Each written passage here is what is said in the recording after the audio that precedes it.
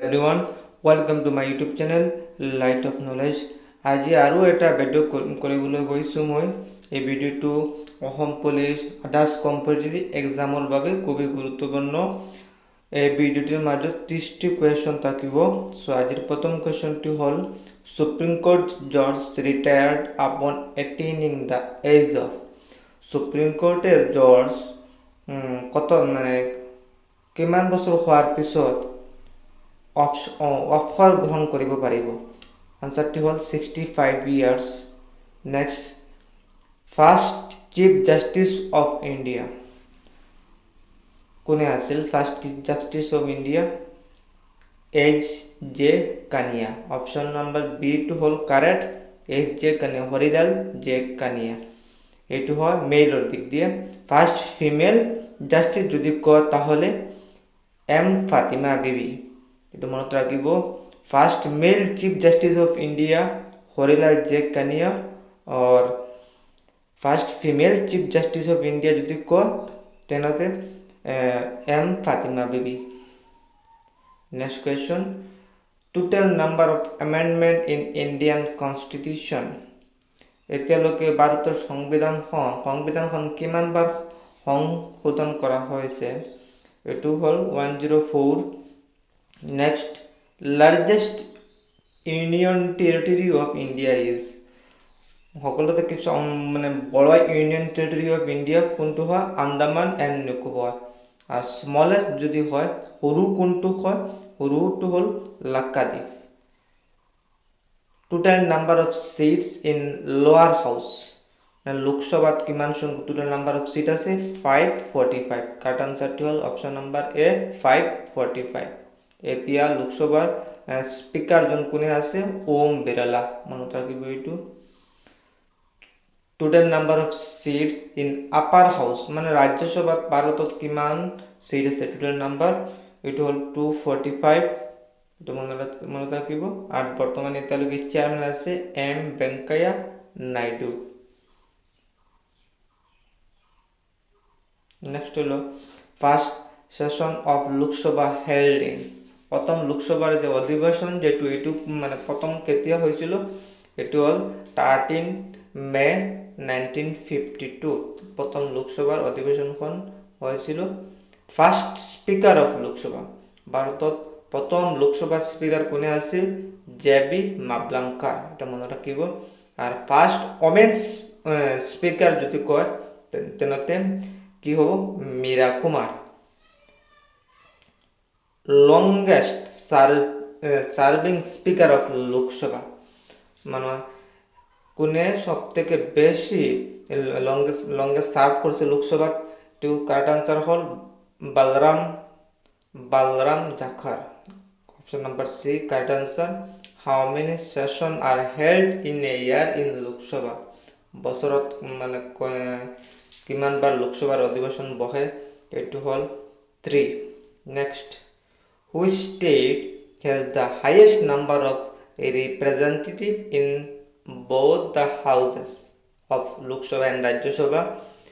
কোনটা স্টেটে সবথেকে হাই মানে অলপ বেশি রিপ্রেজেন্টেটিভ থাকে কোনটা স্টেটে একটু সকলে জানি ইউপি উত্তরপ্রদেশত লোকসভা তো বেশি সিট এবং রাজ্যসভা তো বেশি সিট আছে নেক্সট হলো first general election held in India first general election কেতিয়া হয়েছিল এটি হল 1951 মনে রাখিব এটি important the president of India addresses his resignation letter to ভারতের রাষ্ট্রপতি কোন যদি রিজাইন দিবলৈ যায় তাহলে কাক দে এটি রিজাইন লেটার টু কাক দে টল ভাইস প্রেসিডেন্ট অফ ইন্ডিয়া উপরাষ্ট্রপতির জন্য এই রিজাইন লেটার কোন দিতে লাগে next hall which state has no Panchayati Raj institution কোনখন স্টেটত পঞ্চায়েত রাজ ইনস্টিটিউশন এতিয়ালৈকে নয় এটা হলো নাগাল্যান্ড মনে রাখিব right two information act in India chemo fully into force in it hall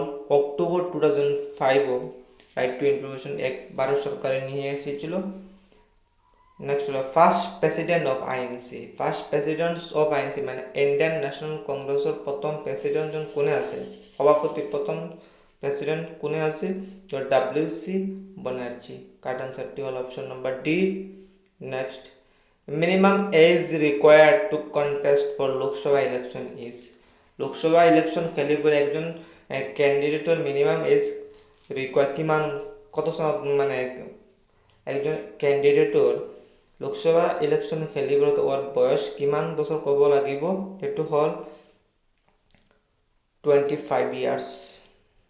minimum age required to contest for president in India, প্ৰেসিডেন্টৰ election খেলিবলৈ এজন ক্যান্ডিডেটৰ কিমান বয়স হ'ব লাগিব, সেইটো হল 35 years। Option number B correct answer. যদি ভিডিওটি চাই ভাল লাগে তো লাইক শেয়ার এবং সাবস্ক্রাইব কৰিব নাপাহৰিব।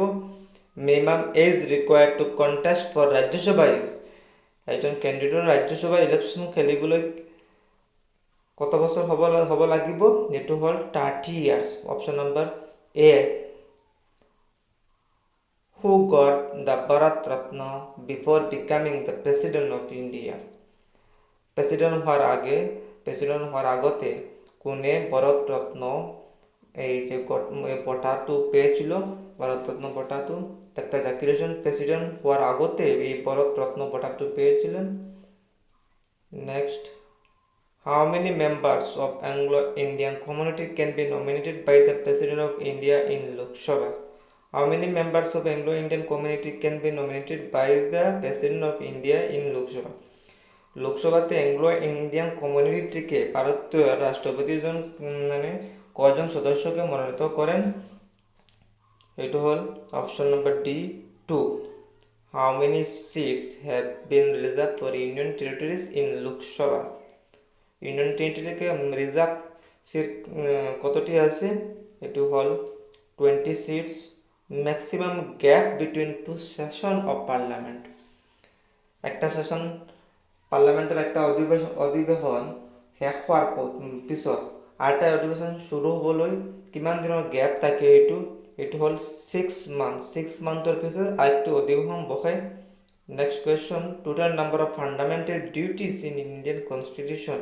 ফান্ডামেন্টাল ডিউটিজ ভারতের সংবিধানের কয়টি কিমান সংখ্যক ফান্ডামেন্টাল ডিউটিজ আছে, 11টি ফান্ডামেন্টাল ডিউটিজ আছে।